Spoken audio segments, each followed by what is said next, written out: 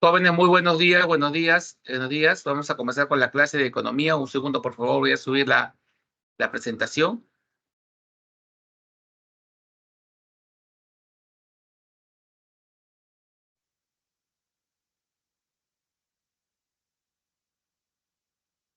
¿Listo?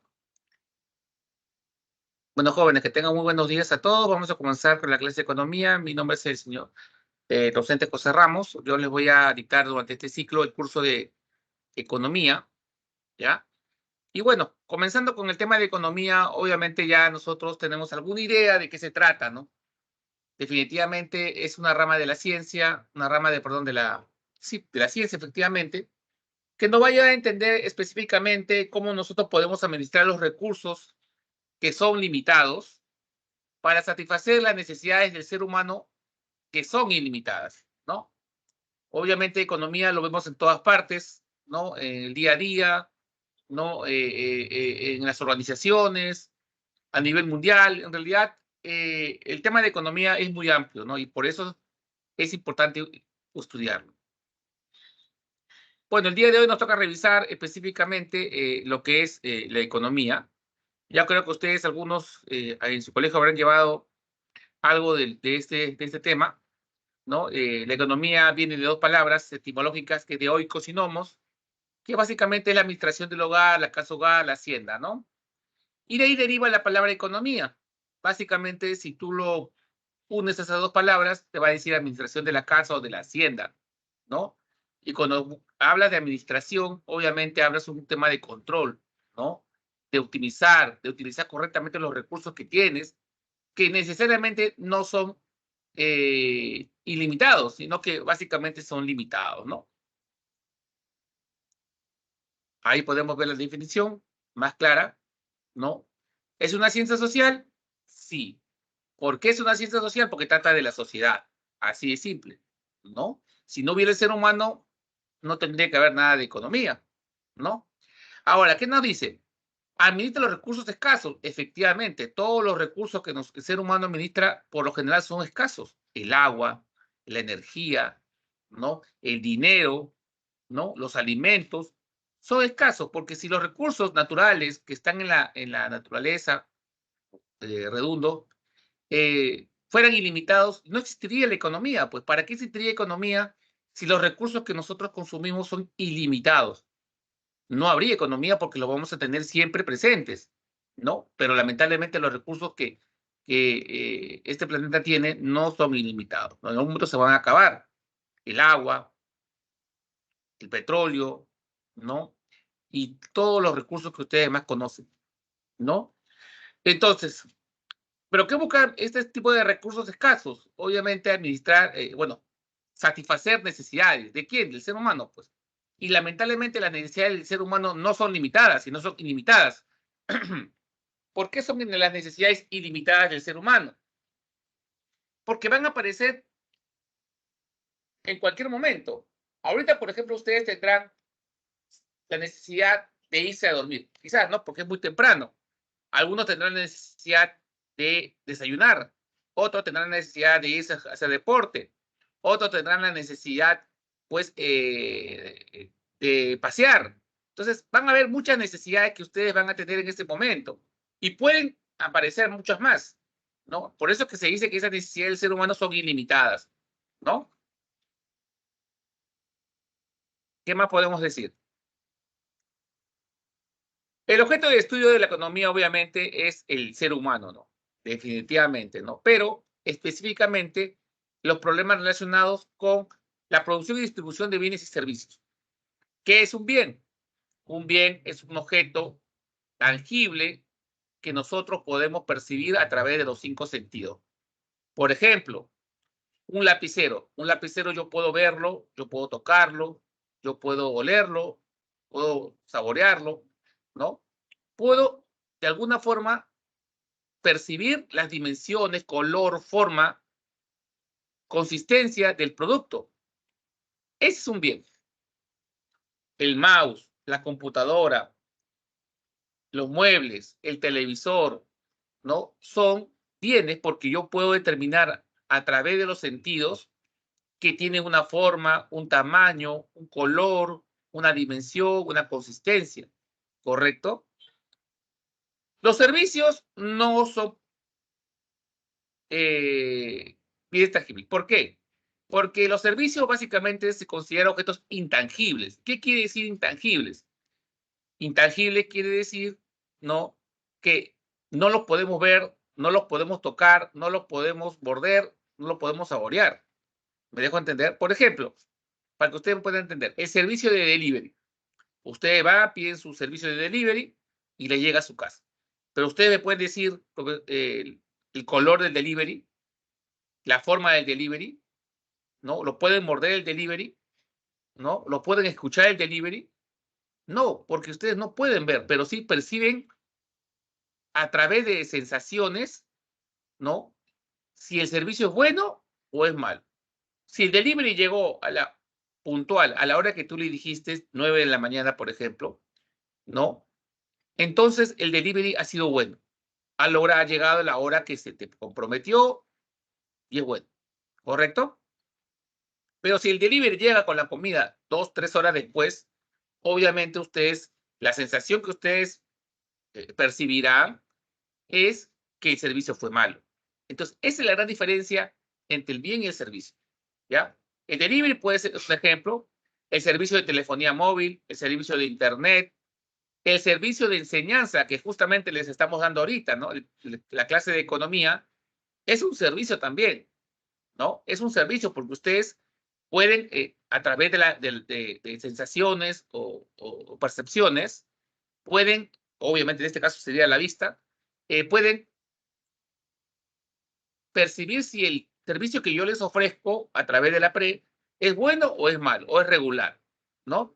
Pueden percibirlo, ¿correcto? Pero ustedes no me pueden decir, profesor, yo les pregunto, a ver, dígame el color de la clase de economía, no tiene, dígame la forma, dígame el tamaño, dígame las dimensiones, dígame la consistencia. No se puede, ¿no? Pero sí pueden percibir a través de sensaciones si la clase cumple con sus requerimientos. ¿Me dejo entender? Entonces, ese es el objeto de la economía. Básicamente, buscar cómo producir y distribuir los bienes y servicios, ¿no? Ahora, ¿para qué producimos bienes y servicios? Obviamente, ¿para qué? La respuesta está ahí, para satisfacer las necesidades del ser humano, las necesidades humanas, ¿no? Por ejemplo, a ver, yo necesito todas las mañanas comer mi pan, mi desayuno. Todas las mañanas. ¿Qué necesito? Pan. Primero el pan. Obviamente el pan tiene que producirlo alguien, las panaderías. Y para las panaderías producir el pan necesitan trigo, agua, harina, saborizante, etcétera. ¿Sí o no? Una vez que logran hacer los panes, nosotros los compramos de las panaderías, ¿no? Y logramos satisfacer la necesidad de alimentarnos en las mañanas. Entonces, ese es un bien que sirve para satisfacer las necesidades humanas, ¿no? ¿Qué más? La finalidad es, obviamente, poder explicar y ordenar y clasificar los fenómenos económicos, ¿no?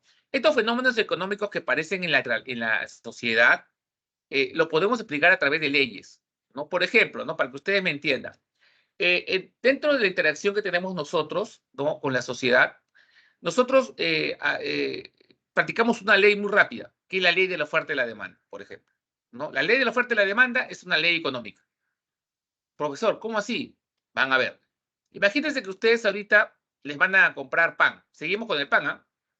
Les van a comprar pan. Se van a la tienda y compran 2 soles de pan. ¿Ya? Yo ustedes saben que con 2 soles de pan más o menos van a tener unos 6 panes, 7 panes. Por ahí, ¿no? Por ahí. ¿Correcto? Entonces ustedes van a la tienda con sus 2 soles, le preguntan al panadero o a la persona de la tienda, el bodeguero, y le dice, deseo 2 soles, 6 panes. Y el bodeguero le va a decir son 2 soles o 7 panes. ¿Correcto? Entonces, en ese punto, el bodeguero actúa como la oferta, o sea, como el ente que ofrece bienes y servicios. En este caso, un bien, que es el pan. Y ustedes vendrían a hacer la demanda o el consumidor, aquellos que van a consumir justamente esos bienes. Entonces, esa transacción entre la oferta y la demanda se determina el famoso punto de equilibrio o precio de equilibrio. Ustedes están dispuestos a pagar los 2 soles por los 6 panes y el bodeguero o el ofertante está dispuesto a recibir esos 2 soles por los panes que él está ofreciendo. Entonces, en ese momento se logra el punto de equilibrio. La oferta y la demanda interactúan, llamadas también las fuerzas invisibles, que rigen una economía. Y eso ya es una ley económica. Y esa ley económica justamente sirve para predecir, explicar estos fenómenos económicos y obviamente buscar la satisfacción del ser humano. ¿Correcto? Ahí tienen un ejemplo, por ejemplo, del tema de la oferta y la demanda, que ya lo vamos a ver más adelante. ¿Qué más podemos decir? A ver. Bueno, la economía está dividida en base, hay 2 métodos muy importantes que utiliza la economía para poder predecir estos fenómenos económicos. Por ejemplo, el método inductivo, seguramente pues, ustedes por ahí lo habrán visto algún momento en el colegio, no lo sé, ¿no? Pero lo que buscamos aquí es que ustedes puedan entender que las leyes económicas o los fenómenos económicos se pueden explicar aplicando estos 2 métodos. Por ejemplo, ¿no? El método inductivo trata de una situación particular a lo general, de una situación particular a una situación general. ¿Qué quiere decir una situación particular? Una situación particular es una situación específica, puntual, pero si se dan ciertas situaciones específicas o puntuales, tú puedes predecir algo general. Por ejemplo, miren, una premisa particular sería cuando el precio del limón aumenta, obviamente si aumenta el precio del limón, lo voy a consumir menos, por lógica, porque el recurso dinero para mí es escaso. Otra premisa, cuando el precio de la cebolla aumenta, consumo menos cebolla. ¿Sí o no? Lo más lógico. Entonces, yo puedo concluir de esas 2 situaciones específicas, puedo, ¿no?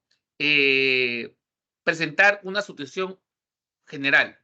Cuando sube el precio de los productos alimenticios, mi consumo disminuye, ¿no? Ya lo generalizo. Acá son 2 situaciones de limón, la cebolla, pero vayamos al tomate, a la papa, al camote, ¿no? Al plátano. Entonces, si veo que son como 8, 9, 10 productos que han subido su precio, entonces la conclusión general podría ser que cuando suben el precio de los alimentos, mi consumo disminuye, porque obviamente mis recursos económicos no son ilimitados, son escasos. ¿Ok? Entonces, yo puedo predecir de esa forma. ¿Me dejo entender? Listo. Por favor, cualquier duda que ustedes tengan me pueden preguntar puntualmente. El método deductivo es lo contrario. Básicamente se da desde una situación general a una particular, o sea, lo inverso, el método inductivo, de una situación general a una particular, ¿no? Por ejemplo, ahí nos dice, enunciado, si un producto tiene sustitutos, su demanda es elástica. ¿Qué quiere decir un producto sustituto? Pues para que ustedes puedan entender bien de qué trata el tema. Un producto sustituto es aquel producto que sustituye el producto principal que va a satisfacer una necesidad. Por ejemplo, yo en las mañanas tomo desayuno y me gusta tomarlo pan con jamonada. Todas las mañanas pan con jamonada, pan con jamonada. Pero llega una mañana en la cual no hay jamonada. La tienda no hay jamonada. Uy, pero a mí me gusta comer pan con jamonada. Entonces voy a buscar un producto sustituto al producto original que pueda satisfacer la misma necesidad. Ya, no compraré jamonada, compraré mantequilla, o queso, o palta, bienes sustitutos. Obviamente, lo que buscan estos bienes sustitutos es satisfacer la misma necesidad del producto original, ¿no? Entonces, a eso se le llaman bienes sustitutos, para que ustedes lo puedan entender. Ahora, cuando hablamos de una demanda elástica ya lo vamos a ver más adelante, pero trata específicamente, ¿no? Perdón, trata específicamente de lo que es, por ejemplo, un producto tiene demanda elástica cuando hay muchos productos sustitutos en el mercado. Así de simple. Cuando hay muchos productos sustitutos en el mercado, vamos a entender que la demanda es elástica. Ya lo van a entender más claro, ¿no? Pero otro ejemplo que les podría poner acá, por ejemplo, es la ley de la oferta y la demanda. Ya está la ley de la oferta y la demanda. Entonces yo puedo, con la ley de la oferta y la demanda, yo puedo deducir casos particulares, ¿no?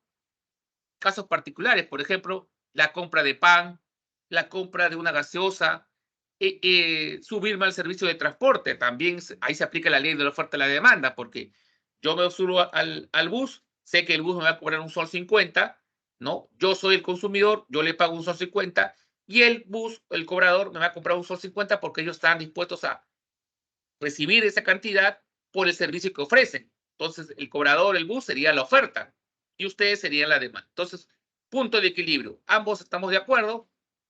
El microbús acepta un sol 50, está de acuerdo con ese precio, y el consumidor también paga por ese servicio un sol 50, que también está de acuerdo. Entonces, hablamos de una situación de oferta y demanda, ¿no? Entonces, ese también se podría hacer en situaciones particulares, ¿correcto? Bueno, aquí los bienes de sustituto le dan, pues, los automóviles tienen sustitutos como motos, bicicleta, taxi, transporte público, etcétera, etcétera. Entonces, aquí ya se deduce que la demanda es elástica, ¿no? Entonces, eso lo vamos a ver después, porque esa de la demanda elástica también es una ley dentro de lo que es la oferta, perdón, el método deductivo. Listo. Como toda ciencia, jóvenes, la economía también ha tenido una evolución. Y eso es normal, porque todo tipo de disciplina o ciencia en el tiempo va evolucionando y va a la par con la evolución del ser humano. Y esto no es ajeno a la economía, ¿no? En realidad, todo tipo de ciencias, las matemáticas, la filosofía, ¿no? Y todos los cursos que están estudiando han tenido una evolución. Y eso es justamente el tema de la economía también. Entonces, más o menos nosotros vamos a distribuir específicamente la evolución de la economía en base mayormente a las etapas de la historia de la humanidad, ¿no? Por ejemplo, en la antigua aparecieron algunos representantes como el señor Platón, ¿no? Que ya sabemos que Platón es griego, ¿no? Venían de las famosas ciudades-estados. Acuérdense de la época antigua, que Grecia no era un país unido, sino que eran ciudades-estado, pero que todos eran griegos. Esparta, Atenas, Macedonia, etcétera, ¿no? Habían las famosas ciudades-estado, ¿no? Entonces, cada uno, obviamente todos eran griegos, ¿no? Y una de ellas, si no me equivoco, en Atenas, apareció el señor Platón, ¿no? El señor Platón, básicamente, se le considera el primer iniciador del tema de la economía, ¿no? Porque Yale habló de una estructura política y económica de un estado ideal. O sea, debería haber dentro de una nación una estructura que básicamente debería estar controlada por el Estado. Debería estar los gobernantes, los guerreros y los artesanos, ¿no? Obviamente la idea es que el Estado proteja específicamente este tipo de estructura, ¿no? Obviamente también fue el primero en dar que cada tipo de oficio debería tener una especialización, y también introdujo la primera división del trabajo, ¿no? ¿Qué quiere decir especialización? Que las personas que nacieran dentro de una sociedad deberían seguir los oficios de sus padres, o básicamente de lo que necesita la sociedad. Tenían que haber artesanos, herreros, carniceros, carpinteros, ganaderos, etcétera, etcétera, etcétera. Entonces, cada persona debería especializar en lo que es bueno y en lo que obviamente sigue su familia, ¿no? Y también comenzó a generar también la división del trabajo, ¿no? Cada uno, en la división del trabajo, cada uno podría entender de que todos no tenían el mismo conocimiento. Había, por ejemplo, el maestro, ¿no? El maestro es el que, o sea, lo conocía todo, el oficial, que era básicamente medio intermedio, y el aprendiz, que recién está introduciéndose en el oficio, ¿no? Y todo ese tipo de pensamientos se dieron en las famosas ciudades-estado, que, como le digo, es lo que en esa época era la Grecia antigua, ¿no? ¿Qué más te decía Platón? La ganancia y el interés era un mal necesario. No estaba de acuerdo con eso, pero era un mal necesario que se debía respetar. Y creo que es obviamente lógico, ¿no? Porque si tú pones un emprendimiento o una empresa, lo haces para ganar dinero. No lo haces porque es de moda o porque quieres poner tu negocio. Actualmente nosotros, tal cual, ponemos un negocio, ¿no? Para ganar dinero, para tener una utilidad. ¿Sí o no? Entonces, obviamente Platón lo asumía, pero un poco a regañadientes, ¿no? ¿Qué más nos decía? Él, por ejemplo, no estaba de acuerdo con la propiedad privada. Decían que la propiedad privada básicamente generaba usura, ¿no? Sobre ganancias, que no era el objetivo de una sociedad. Por eso que él hablaba mucho de un Estado proteccionista, o sea, de un Estado donde las actividades económicas sean controladas por el Estado, ¿no? Eso es lo que te decía. ¿Qué más? En esa misma época apareció también específicamente su discípulo, que era Aristóteles, ¿no? Aristóteles decía que en algunas cosas con su maestro estaba de acuerdo, pero él pensaba que no aceptaba que la propiedad privada estuviera controlada por el Estado, ¿no? Él decía, la propiedad privada, una persona genera un emprendimiento, genera una empresa para ganar dinero. Y esa es obviamente la base que promueve la eficiencia económica de una nación. Y es verdad, Aristóteles tenía razón, porque la propiedad privada es la que genera empleo, genera desarrollo, genera calidad de vida, genera que crecimiento de una nación, ¿no? Por eso que en el Perú ahora buscamos que llegue la inversión privada extranjera, porque eso genera una revolución en la economía, genera desarrollo, empleo, bienestar, ¿no? Entonces, obviamente, Platón, Aristóteles estaba en discrepancia con lo que decía su maestro, ¿no? ¿No? Él decía, por ejemplo, también que la economía debería generar una justicia y paz social, justamente lo que acabamos de comentar, ¿no? También él estaba de acuerdo que se debería tener ganancias, ¿no? Con la finalidad, o producir bienes y servicios con la finalidad de satisfacer necesidades, generar una ganancia, pero obviamente reprobaba la utilización de la sobreriqueza, o sea, la usura, ¿no? Quiere decir que de lo que ganas, quieres ganar mucho más.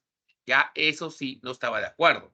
Estaba de acuerdo, sí, que sí debe haber una ganancia, pero no la sobreacumulación de riqueza.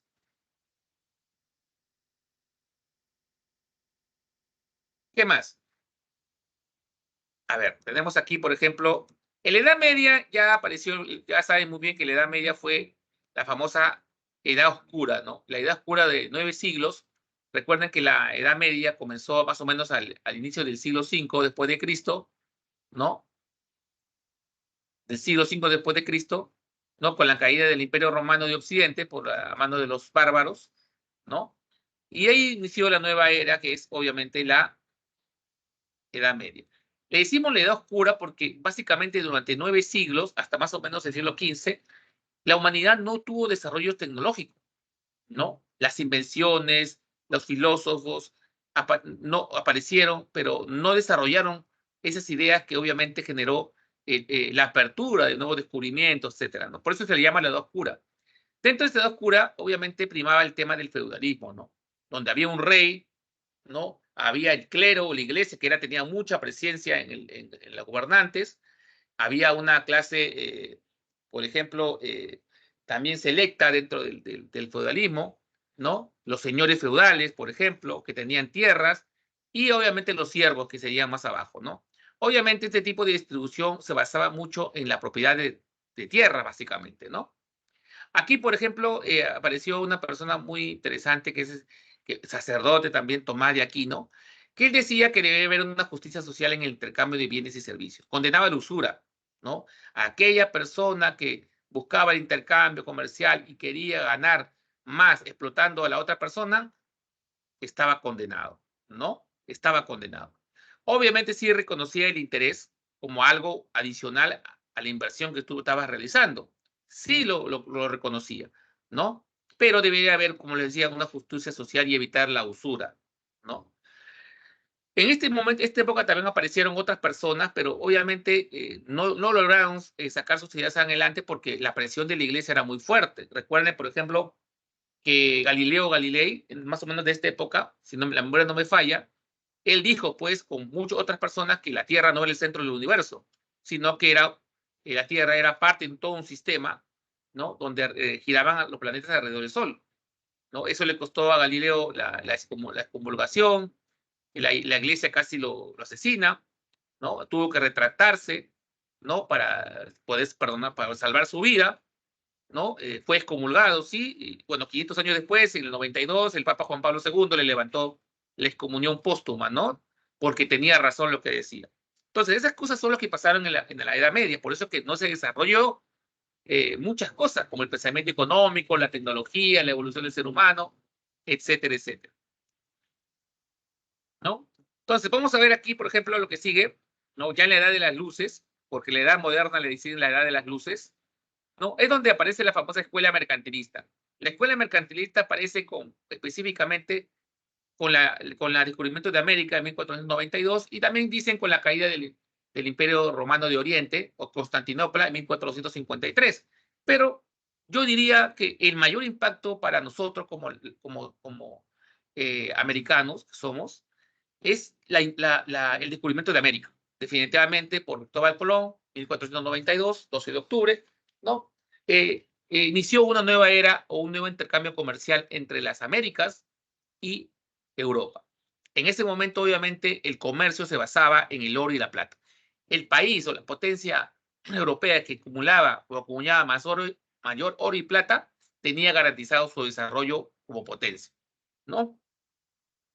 En ese momento sabíamos que nosotros estaba España, Portugal, Francia, Holanda, Inglaterra, las mayores potencias coloniales de ese momento, que tenían colonias, por ejemplo, en los españoles y los ingleses y los franceses tenían colonias en Canadá, Inglaterra en Estados Unidos, los españoles específicamente en Centroamérica y América del Sur, Brasil, Portugal en la parte oriental de América del Sur, ¿no? Holanda, ¿no? En las Antillas, ¿no? Y en el norte de Sudamérica.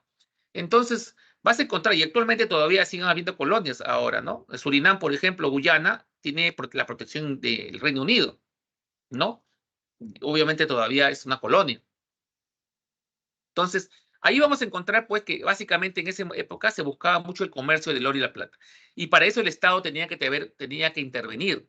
El Estado tenía que intervenir como un controlador, que controle que ese flujo de divisas, ¿no? De oro y plata de las Américas lleguen a las potencias europeas, ¿no? Obviamente, aquí no había otro tipo de comercio, ¿no? Todo se basaba en el oro y la plata. La mayor cantidad de acuñamiento de oro y plata, ¿no? Y la intervención activa del Estado para garantizar ese tipo de comercio. ¿Correcto? Acá tenemos al señor Jan Bestay Colbert, ¿no? Y a otros tenemos ahí mayormente representantes de este momento, ¿no? Básicamente todos sus tratados se trataban de la acumulación del oro y la plata. Luego de la escuela mercantilista apareció paralelamente la escuela fisiocrática, básicamente en Francia. Lo que buscaba aquí, por ejemplo, en este caso, es que los fisiócratas decían, o que la crítica de los fisiócratas decían, que los mercantilistas solamente basaban el comercio en oro y la plata, pero no sabían cómo duplicar o triplicar o generar un excedente al oro y la plata, porque son metales. Entonces te decía, el recurso que podría duplicar o triplicar y generar un excedente es la tierra. Basaban específicamente su pensamiento económico en el aprovechamiento de los recursos naturales, básicamente la tierra. ¿Por qué? Porque la tierra específicamente era lo que podría duplicar o triplicar un bien, ¿no? Por decir, yo decía, si yo planto una manzana en un lugar y le doy el tratamiento debido, lo abono, lo cuido, yo puedo tener un árbol de manzanas que me puede ofrecer 60, 70 manzanas. Entonces, ese bien se ha triplicado, se ha duplicado, se ha quintuplicado. Entonces, hablaban obviamente del excedente, ¿no? Hablaban de un excedente. Es el poder de la tierra es el que generaba el excedente a las naciones, ¿no? Y que la economía debía basarse en el aprovechamiento del factor tierra, específicamente. Eso es lo que decían los famosos fisiócratas. ¿Qué más? Vamos a ver. Rechazaba también la intervención del Estado. No creía en la intervención del Estado. Luego apareció la famosa escuela clásica, ¿no? La escuela clásica apareció a fines del siglo XVIII, más o menos. ¿Cómo apareció la escuela clásica? Básicamente con la aparición de la Revolución Industrial, ¿no? La Revolución Industrial motivó a que las industrias se puedan mover en base a máquinas, ¿no? Recuerden que en esta época se creó la famosa máquina a vapor de 10 watts, ¿no? Que tenía el beneficio de poder impulsar a través de carbón o calderas o presión de vapor las máquinas. Y ahí nacieron los primeros ferrocarriles. Y esa tecnología justamente se utilizó a las fábricas, las calderas del vapor para que puedan mover las fábricas, ¿no? Entonces ya nació la época capitalista, nació la clase dirigente, la clase rica, la clase capitalista. Y para eso, si nacía la clase capitalista, tenía que nacer también la clase obrera, los trabajadores, el proletariado, porque ellos son los que debían manejar las fábricas, ¿no? Y generar, obviamente, ganancia, rentabilidad a los dueños que son los capitalistas. Creía en la escuela clásica que el libre mercado, el libre comercio sin intervención del Estado, la flotabilidad de la oferta y la demanda. No hay forma de que el Estado pueda intervenir acá. No, todo se debe basar en el libre comercio de oferta y demanda. La escuela capitalista destacó muchísimo el tema de lo que es, por ejemplo, lo que decía Platón, el tema de la división del trabajo, la especialización. Obviamente comenzaron a haber obreros, profesionales que eran muy buenos siendo mecánicos, siendo, por ejemplo, analistas, siendo, por ejemplo, supervisores. Entonces comenzaron a especializarse en diferentes ramas de la industria, ¿no? Obviamente ya en la utilización de las máquinas y básicamente en la generación de procesos productivos, ¿no? Entonces ahí ya se da más valor, porque obviamente aparecen muchas más profesiones, muchas más oficios que son importantes para generar valor dentro de una industria que recién estaban haciendo, ¿no? Acá el valor de la productividad obviamente comienza a tener mucho más valor, ¿no? Porque la productividad básicamente genera rentabilidad para la organización. Aprovechar correctamente los recursos, básicamente producir más con pocos recursos, ¿no? Esa es básicamente la productividad. Su representante aquí es el más conocido, Adam Smith, con su famoso tratado La riqueza de las naciones, ¿no? Porque básicamente en su libro él hablaba mucho del valor de cambio y el valor de uso, ¿no? Ese es un tratado bastante interesante donde habla que los países deberían, ¿no? Fomentar la industria, ¿no? Especializar a las personas, ¿no? Generar una división del trabajo y sobre todo el valor de la productividad, ¿no? Habla mucho de eso de su libro La riqueza de las naciones. Adam Smith, por ejemplo, no fue inglés, fue escocés, ¿no? Escocés fue. ¿Qué más?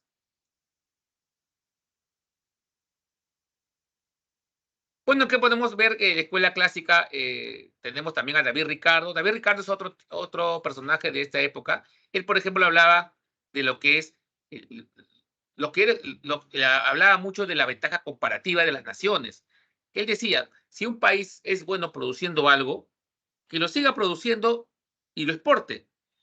Pero si no es bueno produciendo algo, entonces mejor que lo importe, o sea, que lo compres del extranjero. Este tipo de pensamiento todavía lo mantenemos ahora, al siglo XXI. ¿Por qué? En el caso peruano, por ejemplo, ¿no? Nosotros somos muy buenos produciendo arándanos. La zona norte, con el clima, la tecnología y la especialización de la mano de obra, ha generado pues, que Perú se vuelva un país competitivo a la producción de arándanos. Además, somos los primeros productores mundiales de arándanos. Hace 2 o 3 años le quitamos ese escalón a Chile, ¿no? Chile anteriormente, 2 o 3 años atrás, era el primer productor de arándanos, ahora es el Perú, ¿no? De lejos, ¿ah? Entonces, el Perú es bueno produciendo arándanos, no solamente satisface su mercado interno, sino que también lo puede exportar. Entonces, ¿seguimos los lineamientos de David Ricardo? Sí. Nosotros también producimos petróleo, pero no lo hacemos en forma eficiente ni las cantidades que necesitamos. El Perú, por lo general, solamente puede abastecer su industria el 40% del mercado del petróleo. El 60% tenemos que importarlo, ¿no? Porque no llegamos a satisfacer la necesidad y nos sale demasiado costoso.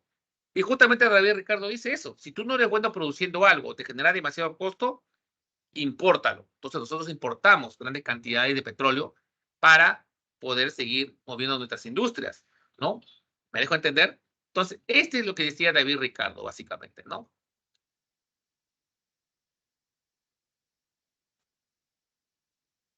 La escuela marxista, dentro de lo que es la aparición de la escuela capitalista, nace pues obviamente la contracorriente, que es la escuela marxista, ¿no? A mando del señor Carlos Marx y Federico Engels, ellos son los que decían la aparición del capitalismo, ¿no? La opresión del rico sobre el pobre, el rico haciéndose más rico y el pobre haciéndose más pobre, no hay una paridad, no hay una justicia, no hay una equidad de los seres humanos. Entonces él estaba en contra de lo que es la escuela capitalista porque generaba una desigualdad entre los seres humanos, ¿no? Eso es justamente lo que decía. Él introdujo, por ejemplo, el término de la plusvalía. ¿Qué es la plusvalía? La plusvalía es básicamente la ganancia generada por el trabajador, pero que finalmente, ¿quién se lo queda? El capitalista, ¿no? Y él estaba en contra, ¿no? Es en eso. Si el trabajador es el recurso que genera rentabilidad a la organización, él debe participar de esa ganancia, ¿no? No el capitalista, ¿no? Pero no era así.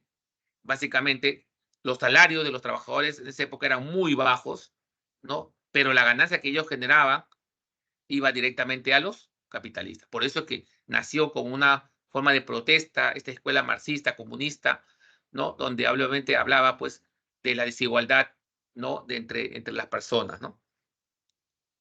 No solamente él, también estaba su amigo Federico Engel, que también era propulsor de este tipo de ideas, ¿no? Obviamente, aquí tenía que haber un control del Estado. Recuerden que la escuela marxista es muy cercano a la escuela socialista, comunista de nuestra época actual, donde básicamente buscan que el Estado tenga el control de todas las actividades económicas. Ya sabemos que eso no funciona. Ya sabemos que el control del Estado de las actividades económicas genera retraso, genera pobreza, ¿no? Y ya vemos ejemplos, Venezuela y Argentina. Venezuela tiene un régimen totalmente socialista, ¿no? Nicolás Maduro controla las actividades económicas de todas las actividades económicas del país. Por lo tanto, no hay inversión privada, no hay reproducción, no hay nada. Por eso es que su población está pobre, ¿no? Argentina recién ha salido de un gobierno de 16 años, casi 20 años de gobierno kirchnerista, de un régimen socialista. Ha dejado el país prácticamente destruido. Y ahora Javier Milei, que abandera la libertad o el capitalismo, hay que decirlo así, capitalismo, el libre mercado, está tratando de recuperar el país y sacarlo adelante, obviamente aplicando medidas muy fuertes, ¿no? ¿No? El Perú no, el Perú es un país de libre mercado, de libre comercio, donde el Estado no interviene en las actividades económicas, es un regulador, sí, ¿no? Pero no interviene directamente, ¿no? No controla precios, por ejemplo. Eso hubiera sido un gran error, ¿no? ¿Qué más podemos ver? La escuela neoclásica específicamente nació ya en el siglo XX, ¿no? Específicamente para poder defender el liberalismo económico, ¿no? La escuela neoclásica ya era básicamente yo le diría, una versión 2.0 de la escuela clásica, ¿no? ¿Por qué? Porque aquí ellos ya evaluaron un poco el bienestar del individuo, ¿no?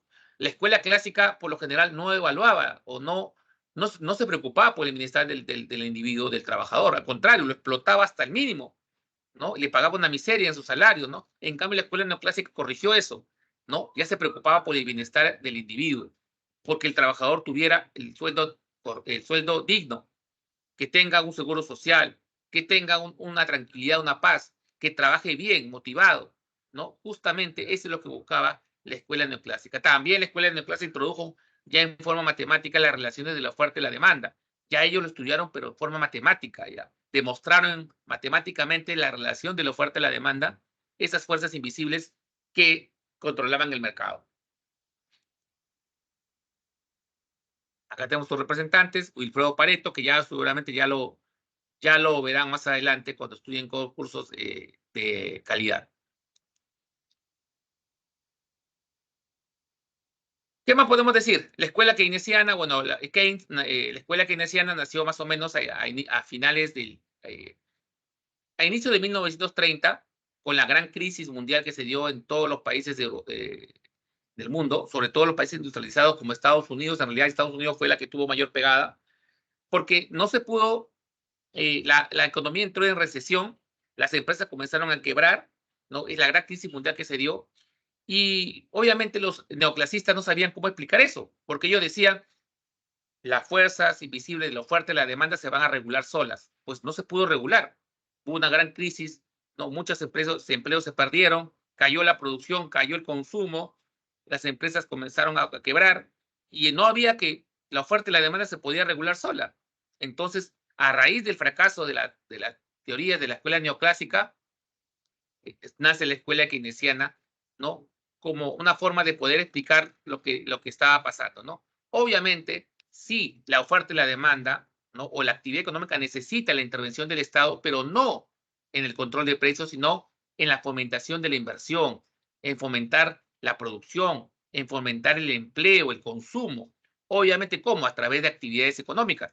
Por ejemplo, proyectos de inversión como la construcción de escuelas, casas, puentes, servicios básicos, todo lo que generara que podía generar empleo. Ese empleo obviamente genera un salario, ese salario también ese trabajador lo consume, ¿no? Y ese consumo va directamente a las empresas que producen bienes. Entonces se reactiva la economía en ese flujo nuevamente. Entonces, así, John Maynard Keynes decía, el Estado tiene que intervenir a través de políticas económicas que ayuden a que la oferta y demanda se regulen, ¿no? Entonces, justamente por eso decía que el Estado, a través de políticas económicas, a través de proyectos de inversión, debería intervenir en la economía, pero más no en el tema de los precios, ¿no? Y eso es lo que te decía John Maynard Keynes. Muchos de los temas o los fundamentos de Keynes se siguen aplicando actualmente, ¿no?